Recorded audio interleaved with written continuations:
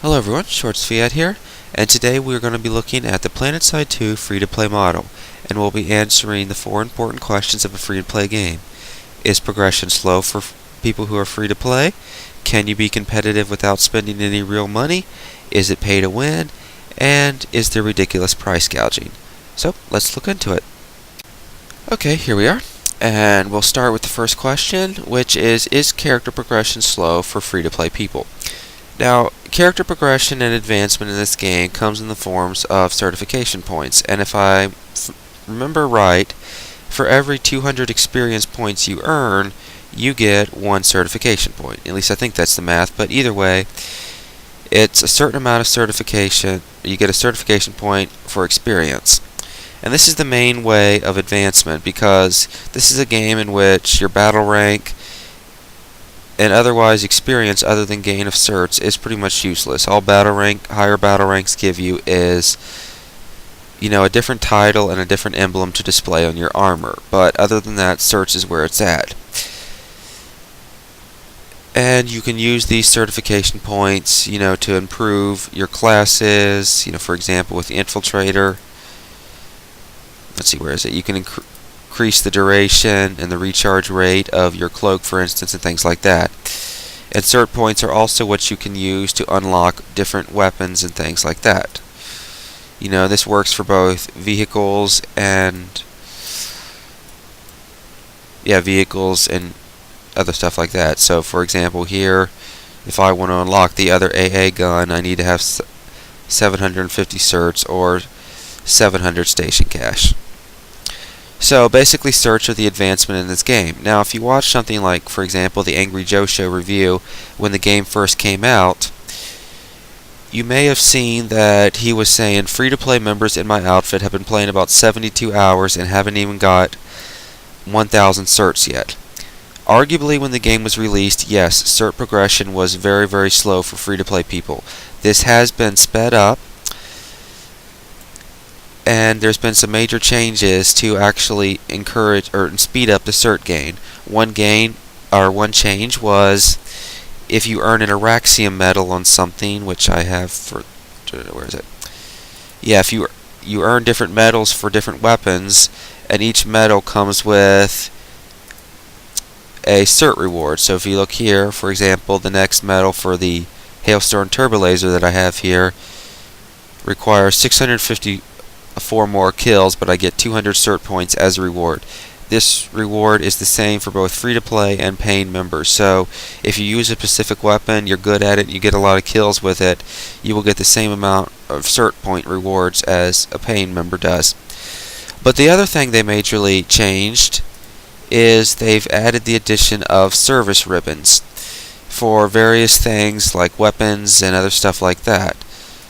So let's just take a look here, Scythe. So for example, you can see here my service ribbons for the Scythe. I've got 74 for the air-to-ground rockets, and 50 with the Hailstorm Turbo Laser, and 14 for the Sauron Laser Cannon ever since they've come out. And with these for weapons, it's earned 1 for every 10 kills. And what these do is, I think they give you a static 250 experience points, which is about, like I say, a cert or so. At least that's what I'm getting. It may be more, or that may be the base amount, and then I get more based on my experience bonuses for being both a paid member and Alpha Squad member.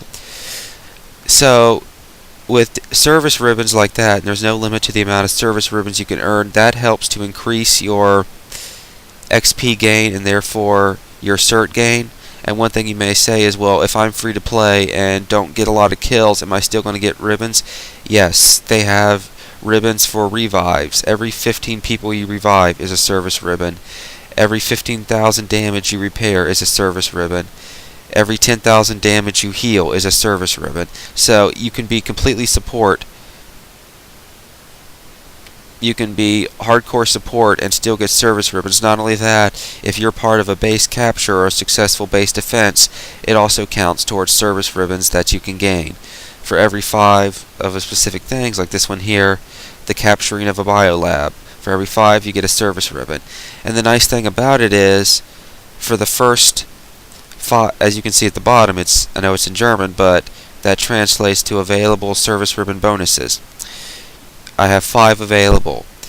Each day you play, or you get access to 5 bonuses a day, and basically what this is, for the first 5 service ribbons you earn each day, you get a service ribbon bonus, which is double the experience of a regular service ribbon.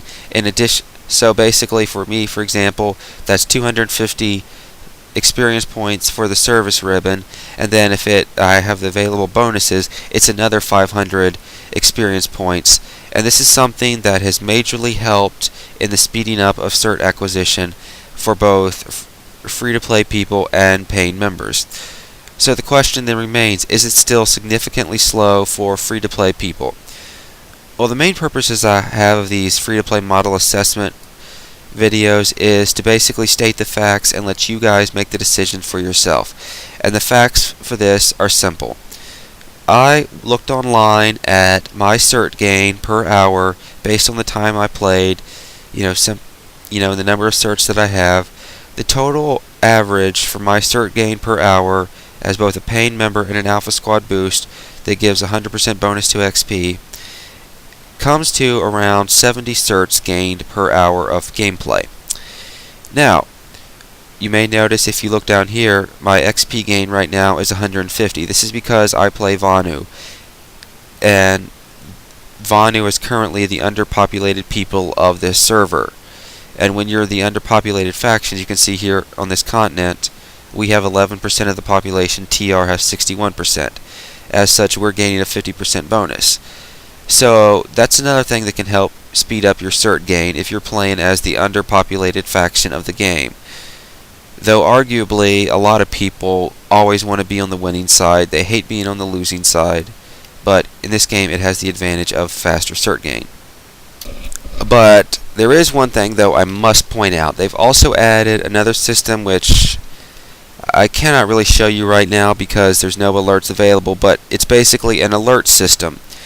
Now this can help both free-to-play players and pay players, because basically the way it works is every so often you get an alert. For example, like we're here on Amrish, so every once in a while we'll get an alert that says conquer Amrish within the time limit. It gives you 2 hours. And anybody who participates in the alert gains a 20% bonus to the experience that they gain during the alert. So for example, free to play or pay, it doesn't matter. You get a 20% bonus to the experience you gain while fighting on Amrish during a Seeing Green alert where the goal is to conquer Amrish.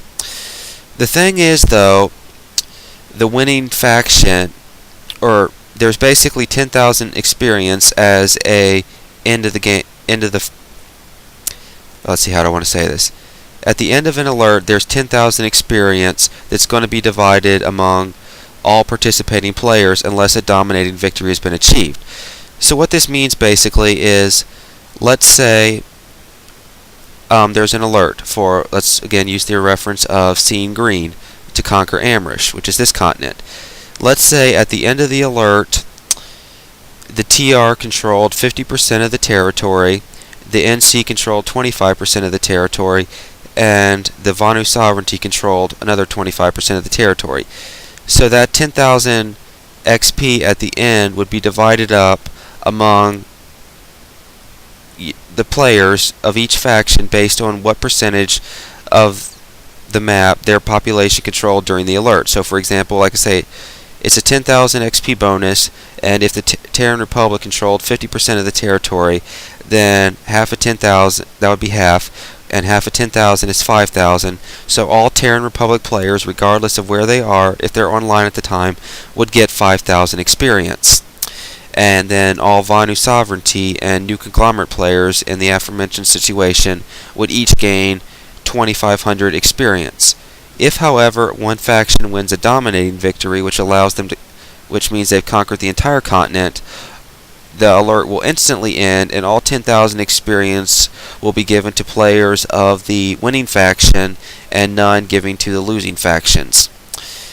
Now, this would be fine, except for one little bitty problem that experienced players like myself have a major problem with, and we really hope they fix, but we do not see it, and that is, currently you can have up to 6 characters, and you can on each server, and you can be a member of all 3 factions. So what a lot of lame people do is they'll have characters for each faction, and then they'll participate in an alert, and if they see one particular faction is winning, they will switch to their character in the winning faction so they can get all the experience. So in that regard, if you're a lame jerk like that and pull that stupid crap, which I really hate, and it's really stupid and frustrating because, as one faction starts to lose, people who playing for that faction change characters to the faction that's winning just so they can get the experience. Now, I guess people wouldn't do that if it wasn't a higher XP gain than, just the participation bonus, but I'm not going to go into that right now because it really frustrates me, and I prefer not to talk about things that frustrate me. But basically, in a nutshell, with the addition of alerts and a 20% gain in experience during the alert for participation for both free-to-play people and pay players, as well as the service ribbons, the advancement has gotten significantly faster for free-to-play people. And I don't remember if I stated the statistics or not, but basically the numbers boil down to this. I gain about 70 certs an hour average as a paying member with the standard 100% bonus. A friend of mine who's a free-to-play member exclusively, I did the math for his cert gain an hour, and it came to about 30 to 35. So about half of what I get, which means that which is what I expected. I mean, he gains a little less than half last time I checked, but that's to be expected because I have access to more things that can therefore give me more certs, and I've been playing long enough so I tend to get a lot more kills than he does, which means more certs. But so like I say, those are just general guidelines for you to go on. My free-to-play friend gets about 30 to 35 certs an hour. I get about 70 an hour. Now, whether or not you think that's slow or not, it's up to you guys to make the decision. I'm basically just stating the information. But yeah, that's the main points. And again, if you watched something about this at the game's release and heard that it was really slow, know that it has gotten faster. Okay, next question. Can you be competitive without paying real money? In a word, yep. Yep, you can. If you ever played games like Tribes Ascend or Hawken or something, and there was a specific class you really liked, but guess what? You had to play maybe as a class you didn't like to earn the in-game currency to purchase the class you did like. That's not the case in Planetside 2. In Planetside 2, all classes and all vehicles are initially available to all players. So if you like the medic, for instance, hey, you can start out immediately being a medic. Now, obviously, you can improve your equipment and other things like that, through the investment of certs. But along these lines, there's something that is actually helpful to new players, and that is your rank 1 certs. And let's show you what I mean. Let's take a look here at the medic and the suit modifications. We have our rank 1 certs for what is in English called the nanoweave armor. At rank 1, which is the first one you can get, it only costs 1 cert, and it's not going to be hard at all for you to earn 1 cert. It increases your maximum hit points by 10%. For 10 more certs, you can up your maximum hit points to 12.5%. And then at 50 certs, you can up it to 15%. And then 150 certs can up it to 20%, and then 1,000 certs can up it to 25%. So as you can see, at rank 1, for just 1 cert, you can gain a 10% bonus, but by investing over 1,000 more, you only gain 15% more health. What this basically means is, you can get some nice advantages, or basic advantages right away for fairly cheap. So that helps new players to be competitive. And if you fully cert it, spend over 1,000 certs, you're gaining a larger advantage, but in most cases, basically the beginner advantage really does not suck at all. One thing though to point out that's kind of interesting is with nanoweave armor especially, if you look at the numbers, it may not look like it's giving you a significant increase to the number of health, like say it's 25% at max level. One thing though is if you have this at max level, or even at rank 3 at certain distances, you cannot be one-shot killed by a headshot killed by a sniper. So arguably, one could say, well, if I want to prevent being one-shot killed by a sniper, I'd have to fully cert this. And that's somewhat true, but the fact of the matter is, if you are constantly moving, you do not have to worry about snipers one-shot killing you and getting a headshot. So that argument really doesn't have much merit. Basically, rank 1 certs are, as someone says, are generous. Like, here's another fine example. This is the Flash vehicle, and it has a Wraith cloaking device. At rank 1, it will cloak you, it'll give you 20 seconds of cloak. At rank 5, it gives you 40 seconds of cloak.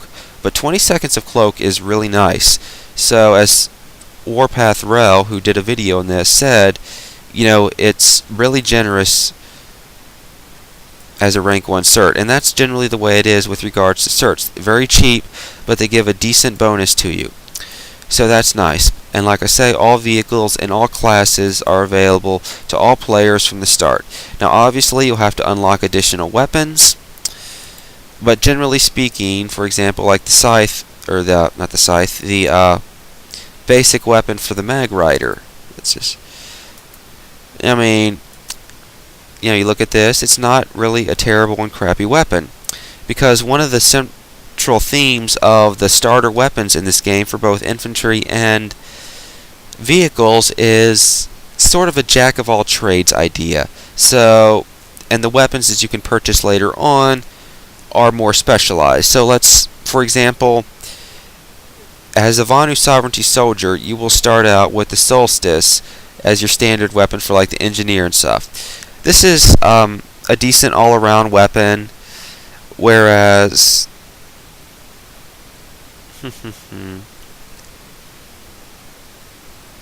you know, you have other weapons that play into different playstyles, like the Pulsar K, which I really love and use a lot. This was something I think you have to unlock. This is slightly better for longer ranges. It does more damage a shot, but has a slower rate of fire. So basically, in a nutshell, from what I've seen, your starter weapon is a general all-purpose weapon. This Pulsar K I have is better for longer ranges. This Iridani gun that I have here is a very close to medium range SMG, and then you have here this shotgun. So, like I say, what I'm seeing is basically your starter weapons are general multi-purpose, and while they don't necessarily excel in specific areas like the other weapons you can purchase, the weapons you can purchase are then more specialized. What this means is, as a new player, yes, you can be competitive, I feel. It may suck a lot, you know, if you're a new player and you have just the starter weapons and you are fighting indoors and then someone keeps killing you like with 1 or 2 shots with a shotgun. You're like, ah. But I remember one experience where a guy was using a shotgun, but he fired at me way too soon, and I had recognized the sound and knew I was dealing with a shotgun, so I immediately kept backing away from him as I fired, and because I'd kept a range between us, the fact that he had bought a shotgun was absolutely insignificant. He could not do significant damage to me because I was staying at range, and then with using my Pulsar K, I was able to kill him.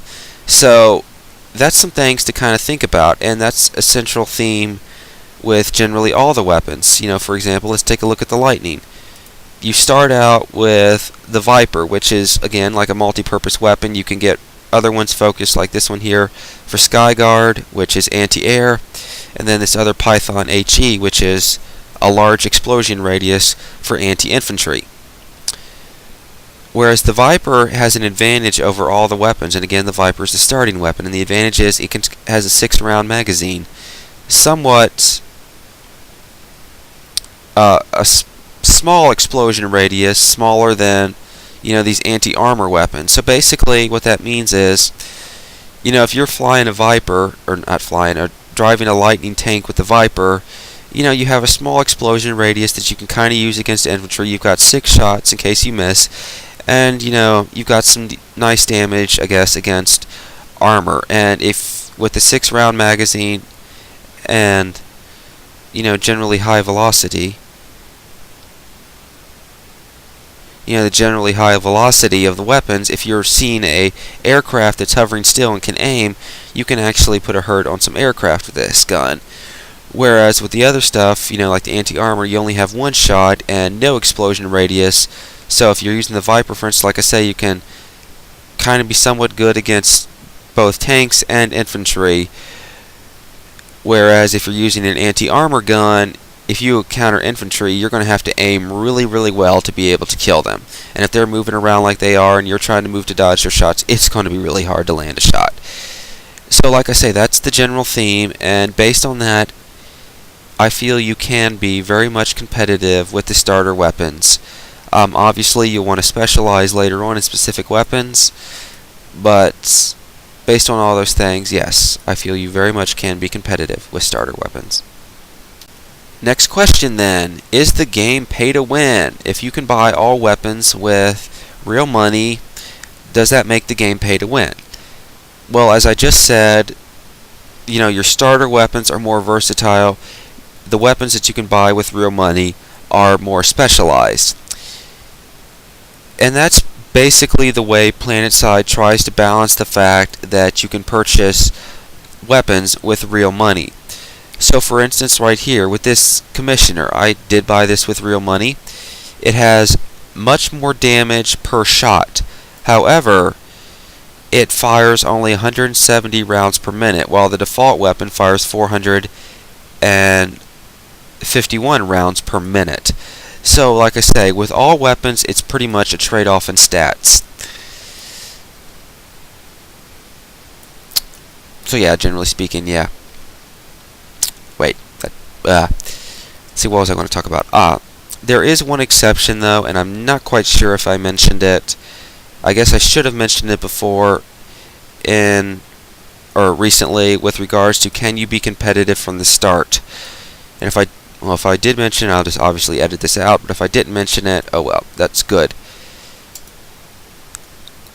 So let's just go back for a minute to can you be competitive from the start. Unfortunately, I must say, if you want to play as an ESF pilot or Empire specific fighter, you're going to have trouble being competitive from the start because you do not start the game with a secondary weapon, only an extended afterburner tank, which increases your afterburner capacity by 80%, and you'll just have the starter machine gun, which, if you're new to the flight mechanics and all that, trying to aim it's going to be a bit of a hassle. The basic gun is somewhat multi-purpose, decent damage against infantry, decent damage against vehicles, and decent damage against aircraft. The thing is, it is very arguable that having the air-to-ground rockets or the lock-on air-to-air missiles are much, much, much better than having an 80% increase to your afterburner capacity. But these are weapons you do not start with, and you're either going to have to spend, I don't know how much, I think it's like 1,000 certs for each one of these guns, or 700 station cash. And with station cash, for every 100 station cash is equivalent to $1. So basically $7 or 1,000 cert points. So yeah, that's something I must say. I do feel that as a fighter pilot, unless you're willing to spend money, you cannot be really competitive from the start, which kind of sucks for those of you who like fighter piloting. So again, I'm just trying to give all the specific information to you guys.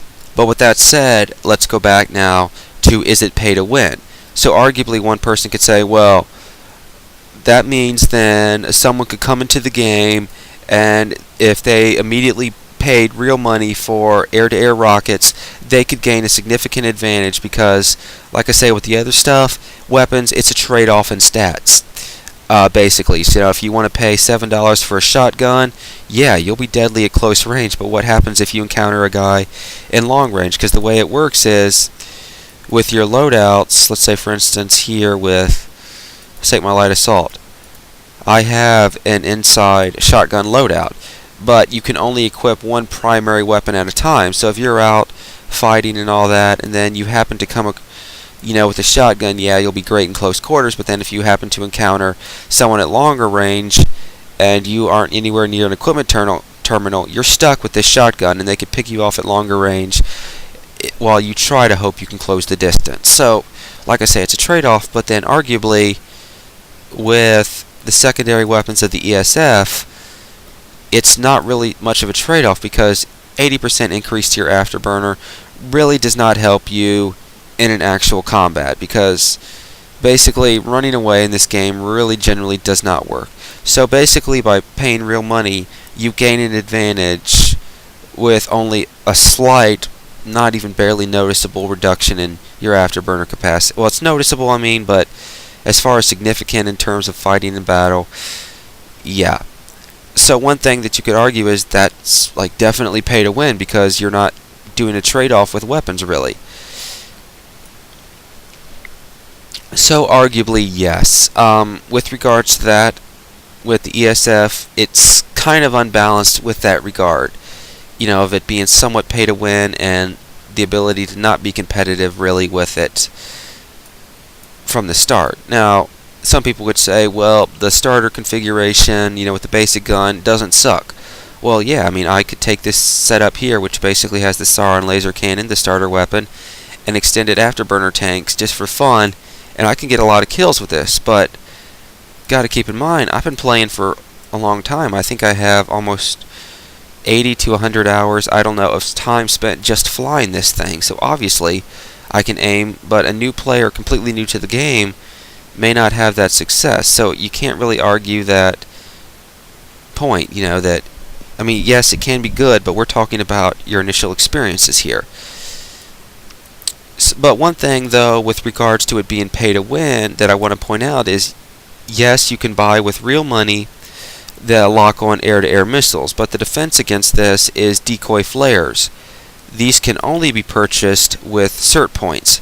So basically, you have a system where you can buy the weapon with real money, but you actually have to have played the game and things like that to purchase the defenses against various weapons. You know, like lock-on flare, or decoy flares for lock-on missiles. You know, and as an infantry unit, if you don't like getting pounded by the air-to-ground rockets, you can cert into what I have here, which is called flak armor, which reduces the damage from explosions. So things like that. So generally speaking, though, I do not feel this is so much of a pay-to-win advantage. And some people have argued that with the membership that you can purchase and the passive gain of certs, I think I gain like 48 a day since I'm an Araxium level member. So yeah, more experience and things like that. And some people could argue, well, that's a pay-to-win advantage. Well, when you consider, you know, yeah, I get 48 certs a day, but I do not feel that's a pay-to-win advantage for one very important reason. You know, if I'm a casual player, that helps, and that I have a real job that I have to spend time with and I play other games, you know, having a 48 cert point a gain day is nice. But even a free-to-play, so I can basically just, you know, if I play very little, I can still get that 48 certs a day. But you can gain significantly more certs by playing the game more. And generally speaking, you know, there's a lot of people who are free to play, you know, because they're young, they don't necessarily have full-time jobs like I do that require them be away from home for 10 to 12 hours each day. So they can play for more hours a day than I can. And the gain of certs that they will get in that amount of time is greater than the 48 certs that I would be able to get passively. And when you consider how expensive some of the later certs get and the little advantage that they gain, it really doesn't feel so much like I'm having a pay-to-win advantage. For example, let's take a look at stealth armor here for or vehicle stealth for the Scythe. Okay, rank 1 gives you the most important advantage, and that is the ability to not show up on radar for 30 certs. And it increases the lock-on time of missiles by 0.25 seconds, basically a quarter of a second. Fully certed, it increases the lock-on time by a second. So my spending of 1,000, I spent 1,300 more certs, basically just to gain 3/4 of a second longer time to lock me. So that's really not a lot when you consider how expensive it was, but basically I'm a completionist. I want to get it all. So when you consider, like I was saying before, with rank 1 certs, they're pretty generous, and the advantage gain, generally speaking, for completing the certs is not, I mean, it's more than the rank 1, obviously, but not by a tremendous long shot. So basically what that means is, yeah, I'm gaining 48 passive certs a day, but when I'm spending it on expensive stuff like this, it really doesn't feel like such a pay-to-win advantage, because realistically, I mean, you figure, let's just say I did buy this with only passive certs. That's 1,300. Divide that by 48, and then you'd figure out how many days it would take me to make it so that it takes an additional 3/4 of a second to lock me with a missile. So no, I do not feel that based on stuff like that 48 cert point of gain is a pay-to-win advantage. So arguably, in a nutshell, is it pay-to-win? No, with the exception of the ESF. That's my opinion, but you can form your own opinion based on what I've told you. Again, pretty much all weapons that you can buy for both vehicles and infantry are trade-off in stats or more specialized in one area while being crappier in another area. And then a lot of the other stuff you can buy is purely cosmetic, so yes, in my opinion, it's not a pay-to-win advantage. Okay, last question. Is there ridiculous price gouging? Arguably, paying $7 for a specific different gun is somewhat pricey when you consider in games like Hawking you can get an entire mech for just $5. So arguably that's a bit high. Some other things they have here is like gold and silver versions of the same gun. Like the golden version of the Commissioner is 2,000 station cash, which is $20. I think paying $20 for a pistol is kind of ridiculous. So in regards to, is there price gouging with weapons? Yeah, I do feel there is. But of course, if weapons were only like $1 or so or just a couple dollars, you'd have pretty much everybody with a little bit of money, actually buying weapons with real money, and I think there'd probably be more spam of bought-in weapons than there is. I don't know, but again, I think it's kind of pricey. But the main thing you're probably concerned about is vehicle customization and things like that. You can see the prices here, but generally, for instance, stuff that changes the color of your window for your aircraft, it ranges, or stuff you can put in, like you can have the LEET symbol for 250 station cash or $2.50, or camos. Basically with camos you can get, or I don't know, I don't see any more one-time use camos. I don't know if they're still having one-time use camos or not. I do not see any here, but basically for a vehicle camo it's 500 station cash or $5, but if you buy a vehicle camo, once you buy it, as long as it's not a one-time use thing, you can basically apply it to all your vehicles. But then you have your infantry armor camos and then your infantry weapon camos. So, for example, if you want to have a tank, your infantry soldier, and your infantry weapons all the same camo, it's going to cost you a total of $15. Like I said, I do not know if they still have one-time use camos, which basically you can put it on and you keep it after you die naturally, but if you decide to change later, then you lose the one you bought. But those camos were 50 cents, assuming they're still here. But basically, yes, $5 a camo, but unlike in games like Hawking, once you buy a $5 camo for a vehicle, for instance, it's yours to keep for as long as you play, and it can be applied to every vehicle you want to use. So that's a nice plus, but you have to buy an additional camo for infantry armor and additional camo for infantry weapons, each being 5 apiece. So if you find a camo you like, which as you can see, I really like the jungle camo, but that's because I really love Amrish, which is nothing but a jungle. So obviously I have all my stuff suited like that, so that cost me $15, but I like it. So with regards to, is it price gouging in a nutshell? With weapons, yes, I think so, but realistically, $5 for a camo that you can apply infinite number of times to all your vehicles, or to all your infantry, or to all your weapons, I really do not feel that's too bad. I mean, yeah. So I guess to recap, is progression slow for free-to-play people? Somewhat, but not as slow as it used to be. Can you be competitive from the start? Absolutely. Is it pay to win? No, not really, with the exception of the ESFs, and it's also an exception to being competitive from the start with ESFs. That's something they still need to work on. It'd be nice to have like a default secondary weapon for the ESF, but I don't know if that'll happen. But is there price gouging for weapons? Yes. For camos, I think they're reasonably priced.